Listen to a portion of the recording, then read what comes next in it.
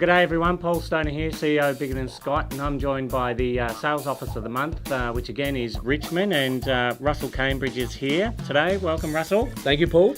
I've got the head cold, having just come back from Darwin. We just had a great trip to Darwin, and what were your thoughts on how it went? Oh, look, thank you to Michelle and yourself for organising such a fantastic trip. Going down to Litchfield, going to see the wetlands, magnificent, wasn't it? It was fantastic. And a few good restaurants and a few good beers on the way. Yeah. So, well done. Possibly one of the best retreats we've had, I've got to say. Small in numbers. Degrees. Oh, the weather was just magnificent. We got lucky with the weather. Yeah. Well done, Paul. It was very lucky.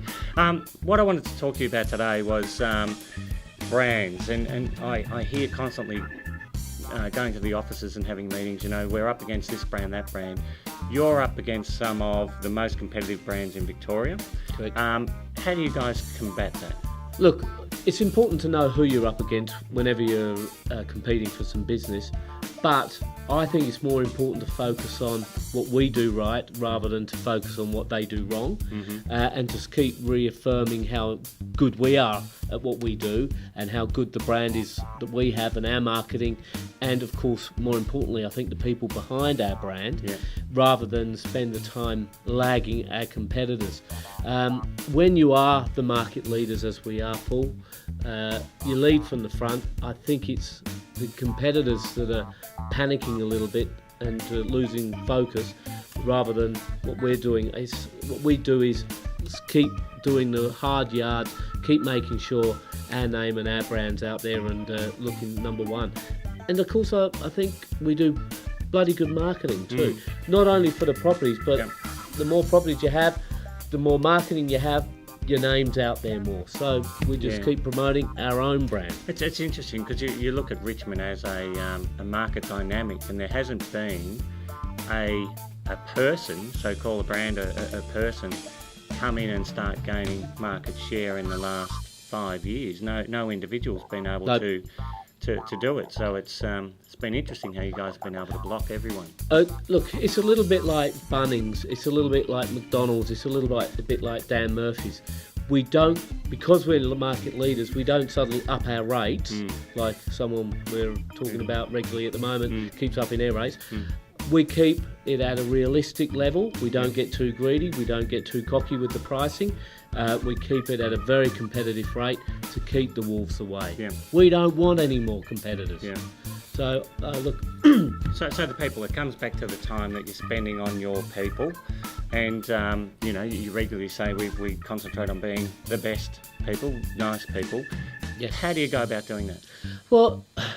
We've got, number one, the staff, I mentioned this in previous things, they've got to be the friendliest, most approachable, follow through with what they promise people, but most importantly, be meeting as many people as possible, do as many open for inspections as physically possible, and at the same token, just make sure you're getting the job done. Yeah, and they struggle. You get a puncher occasionally and you struggle in a particular week, but your market in particular, there's a lot of people to call back.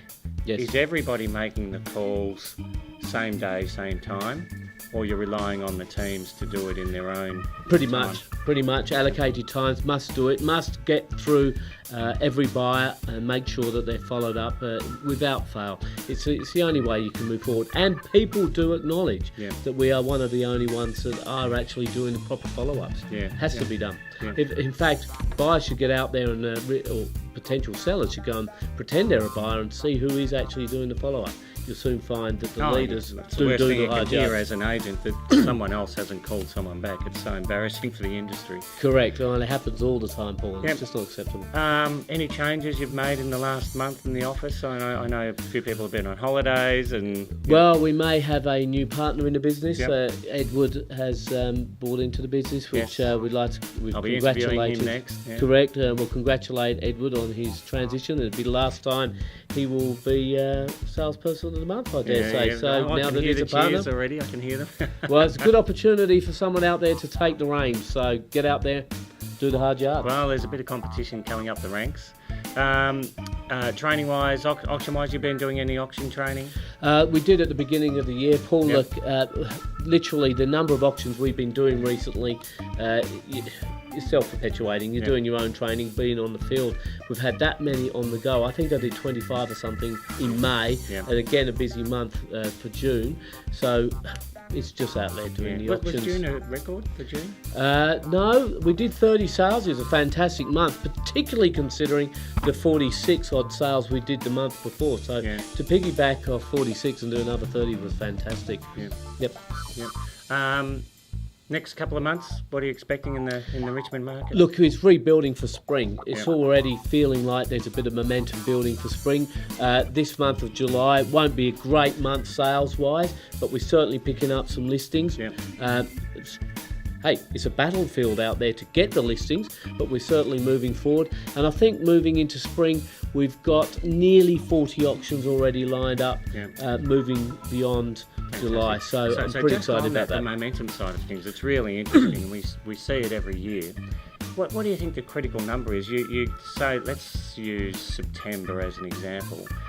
When do you change from wanting to win the business to just having the momentum of winning just about every listing you go into?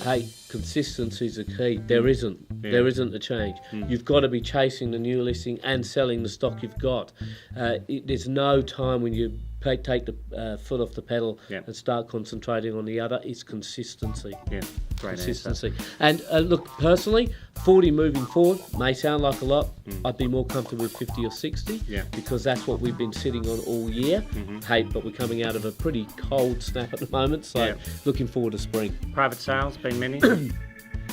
No, they're all selling at auction, Paul, and most of our private sales come from past-in auctions. And with a clearance rate of in excess of 90% at the moment, not a lot left over. Fantastic. I don't think I've got too many other questions other than it's amazing how you keep on doing it. It's amazing how everybody in the office is so resilient but having fun. It's a great office to walk into. The guys are fantastic. The sales team work really hard. They're all different individuals. They all have different strengths, but they're all fantastic people. They work really hard. They do really well. And leasing, well, we've nearly, property management and leasing, we've nearly topped the 2,000 mark. So congratulations to them as well. Congratulations. Well done, mate, on another fantastic month. Thank you. And we'll see if you're here for July. Hope so. Okay. Cheers, everyone.